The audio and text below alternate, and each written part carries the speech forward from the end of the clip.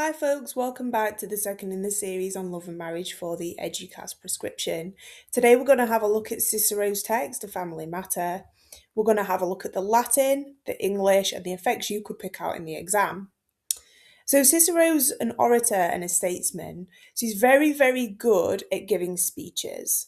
So whereas with other texts on the unit, you're going to be looking more at poetry for the kinds of effects you might look for in an English literature poetry exam. For Cicero, it's a little bit different. What we're reading, is a letter to his friend Atticus. So it's a personal letter that he's writing about a family anecdote, okay? But Cicero really can't help himself. Even though he's writing something to a friend, he is unable to really divorce that from all his rhetorical training.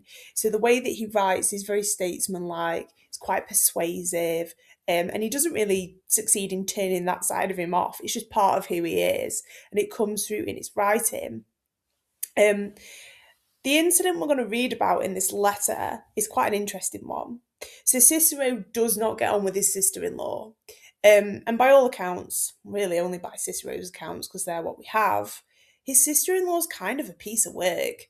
Cicero's brother seems to be quite a mild-mannered, likeable person who makes efforts to get on with his wife, and his wife just seems unhappy and difficult. So the incident that Cicero's writing about is when the family meet at Arpinum. So they're kind of having, you could almost describe it as a family reunion. Cicero's left Rome, and he's on his way to take up his governorship, I think, in like Sicily. And they stop in Arpinum, which is where he's born. So they're trying to just have a nice time as a family, and Cicero picks up on some hostility from his sister-in-law. So if we start to have a look at this together, we'll see a little bit more how Cicero's frustration comes out. Okay.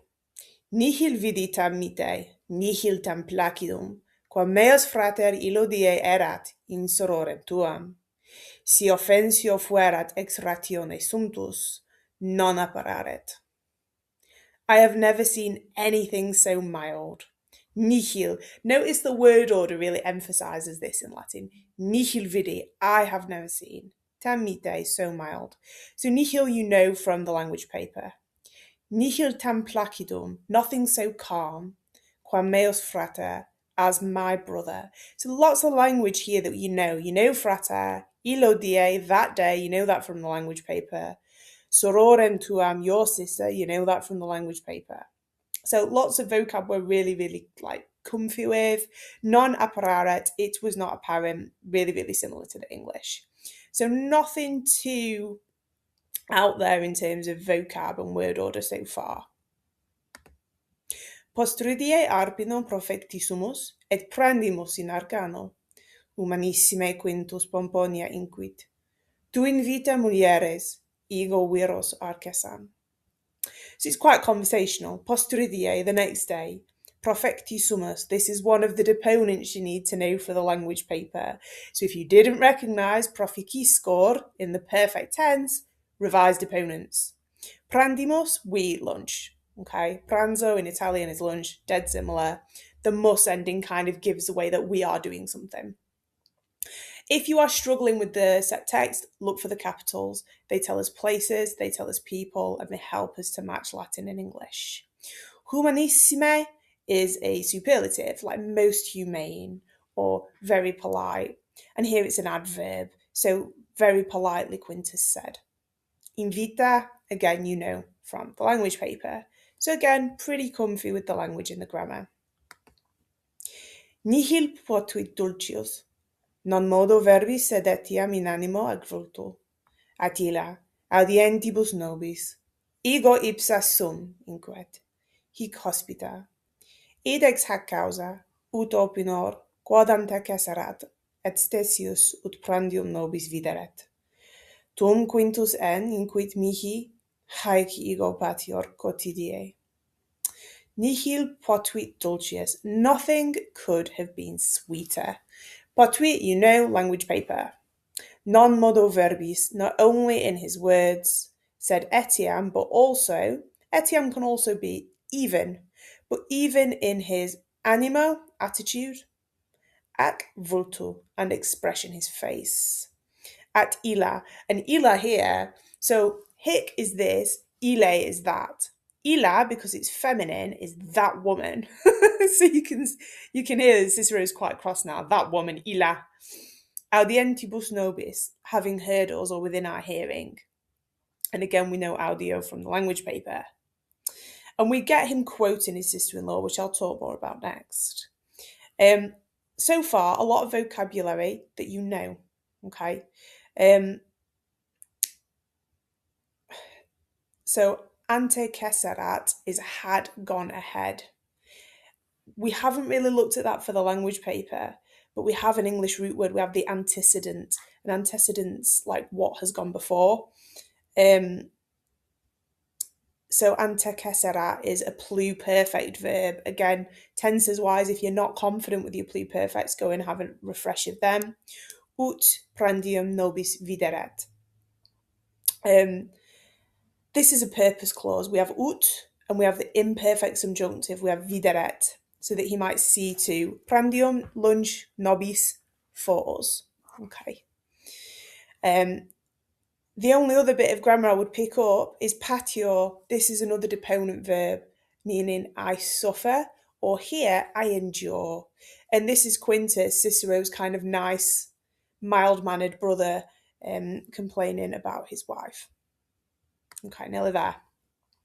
Id me valde commovit, sic illa absurde ad aspere verbis vultuque responderat. Itaque discubuimus omnes praeter illam. Quintus ei aliquid de mensa missit, quod tamen illa rejecit. Quid multa?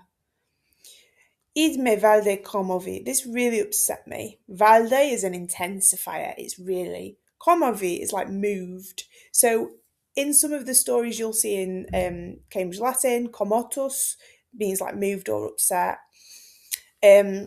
Absurde, unreasonably. Aspere is harshly here. And we've got lots of pairs, which I'll talk more about in a moment. Responderat, she had responded. Again, pluperfect tense. Discubuimus, we all reclined. So that's something we've perhaps not seen too often for the language paper. Misit, he sent her. Aliquid, something. De mensa, from the table. Lots of language paper vocab. Rejeki is she sent it back. Literally, it's like threw it back, rejecit. And the word we get from that in English is rejected. So we have a really, really close root word. Quid multa, what more?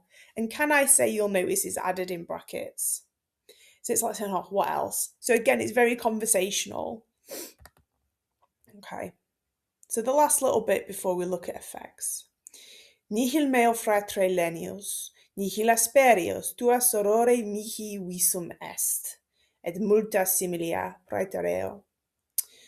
There seemed to be nothing milder, lenius, than my brother, male fratre, and nothing harsher, nihil asperius, than your sister, tua sorore.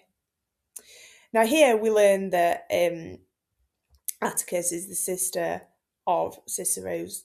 Oh no, he's not. Atticus is the brother of Cicero's sister-in-law. There we go. So Cicero's having a moan about this woman to her brother, but potentially not a silly move, because Cicero is the older brother, and for his sister-in-law, her brother might have some sway over her.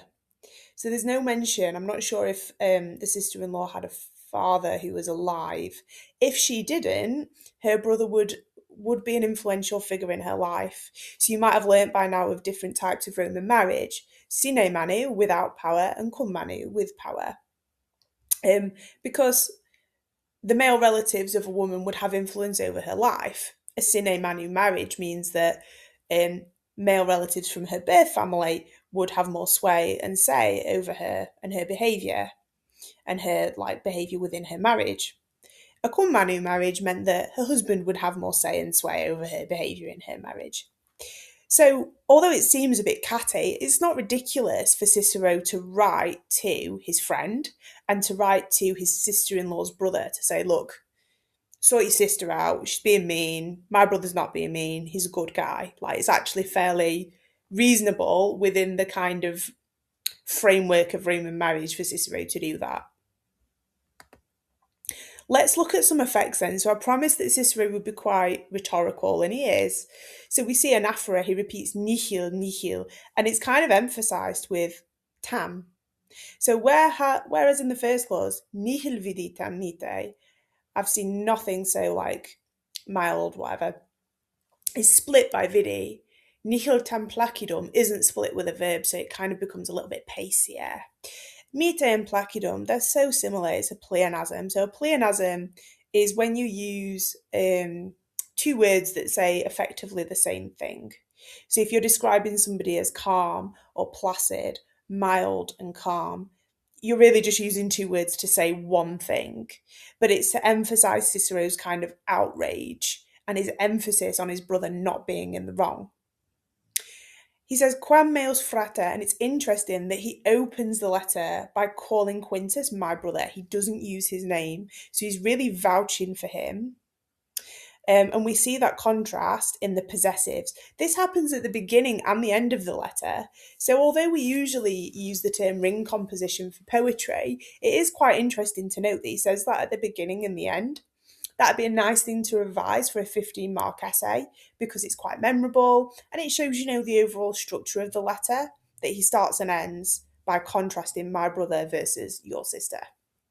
Okay. If we have a look further down, the way that he continues to vouch for Quintus, his brother, is to use the superlative. He's so most politely. He's giving this eyewitness account saying, I'm not just saying Quintus is in the right because he's my brother, I'm really vouching for his behaviour. And to be fair, Quintus doesn't have to be this nice to his wife. Like, he could be a bossy and domineering husband, and there would be an implicit expectation for his wife to put up with it. So the fact that he is very accommodating is exceptional and stands out to Cicero.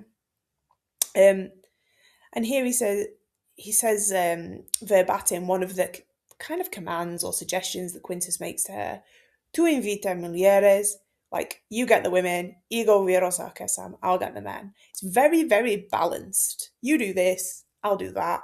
He's trying to coordinate a lunch with his wife because actually, when they're at that class and status, being able to run a dinner party, being able to run a lunch, shouldn't really be a big deal. Roman dining and entertainment was an expectation of wealthy Roman couples. And like, this is a family lunch. I'm not being funny. It's not that hard. It's not like a really big high stakes dinner party with a lot of politicians. So the outrage that Cicero feels is really emphasising how he phrases this. We have the repeated negatives, nihil non. So it's all quite a negative experience. Animo ac vultu. So this is in his spirit and in his expression. We have this list, so there's a few different ways actually that you could explain this in an exam. I've called animo and vulto a binomial. So a binomial is basically when you get two words that come together in a set phrase. So that would be like safe and sound, land and sea, hearts and minds. And here we kind of have it in his spirit or in his mind and his expression. You could also describe this list actually like a triad or a tricolon, because we have verbis, animo, vultu, words, spirit, expression. And it's, it fits together as a three. You can absolutely use either. There isn't particularly a right or a wrong one there. But he's emphasising again just how mild-mannered and how gentle his brother is. I forgot to highlight Attila, that woman. But you could make a point of the fact he doesn't use her name. Like, he uses Quintus as well as Meus Frater. He talks about Quintus using his name. Cicero knows his sister-in-law's name. He doesn't not know, but he doesn't like respect her enough to say it. He just says, "Oh, that woman, your sister." And again, that comes across as a little bit passive-aggressive for a reader. Audientibus nobis, like within our hearing. So he's quoting something that he might have overheard. So there's a really weird family kind of dynamic here of, oh, she said this passive aggressive thing. she might not have really known that we were hearing it. Like, how obnoxious is she? And he quotes her directly. So this is the bit where his sister-in-law says, I'm just a guest here. I'm just like, who am I? So she's kind of got this bit of status anxiety going on. She's been a bit of a pain, to be honest. So, ut opinor, ut prandium nobis videret. So it's this kind of anaphora, this repetition. Everybody else is doing all of these things for us, is basically what Cicero's saying. And we ask her to do one thing. She has one job, and she's mardy about it. Don't say she's mardy in exams, but that is Cicero's complaint, and that's why he uses this rhetoric to kind of highlight the fact he's had enough of her, to be honest. And then he quotes his brother. It's a little bit sad. Haec ego patior quotidie. So he's confiding something in Atticus that Quintus seems to have confided in him. And this is where Cicero starts to expand on the incident. So he's painted this picture of like a little snarky comment she's made. And then he starts to kind of like build on it a little bit and expand on it. So if we look at how he continues, id me valde commovit. This is his personal response. My brother said she's like this all the time, and it really upset me.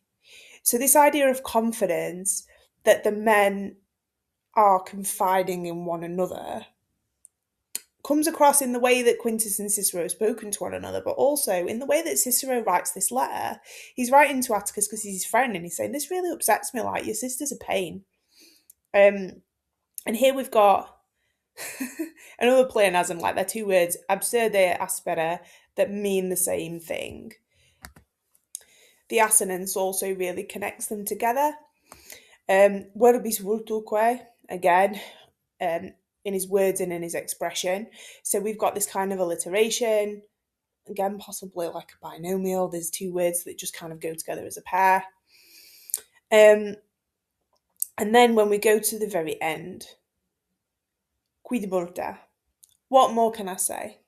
Like, her behaviour speaks for itself. Because in the final line, although there isn't an effect, we know that Quintus has sent his wife something from the table. He's being considerate because she's being mardy and she's not eating. And not only is she not eating it, she sent it back, which seems to be kind of humiliating and very rude. Like, she hasn't just not eaten it. So there's an idea of like dining and etiquette that reflects the tensions in this marriage. This is like a really awkward dinner party with a kind of dysfunctional married couple. But we have to remember when we analyse the letter, Cicero's writing this to his sister-in-law's brother, but it's also his friend. So he's quite candid. He is rhetorical, but he gives his own personal view. It's quite an intimate letter. And he makes the point like, these sorts of things happen all the time. Quid multa. So in the final part of this letter, he just recaps it. Like, if you were only going to revise one quotation for this letter, I would say the final line summarises it really beautifully. Like, we've got anaphora, nihil nihil, but also antithesis. So, nihil meo fratre lenios, nihil asperias tuo sorore. So nothing in my brother more lenient, nothing more like harsh in your sister. You could actually, could we say this is chiasmus? Kind of, because there's like an inversion of fratre and lenios, asperios and sorore, but the nihil nihil placement kind of ruins it. I think it's best to just call it antithesis, because we've got this contrast of Quintus is a good guy, his wife is a pain. And again, we're back to my brother, your sister. So exactly back to the beginning of the letter. The ending is really interesting. Et multa similia praetereo. It's a conversational aside. He says many similar things have happened before. This isn't an isolated incident. So he generalises. He's generalising this. So I would really recommend, like I've said before, pausing the video, practicing essay questions, using the resources that I've linked in the description. But for this, you could also think about what quotations you're going to memorise if you are going to memorise them for a 15 marker. This final line actually summarises a lot of the dynamics of the letter really, really well, so it could be a good one to go for. Okay, I hope that was helpful. I'll keep posting videos. I'll do a full playlist on love and marriage. Um, and I'll link all of the resources that would help you with this unit in the description below. Okay, good luck revising.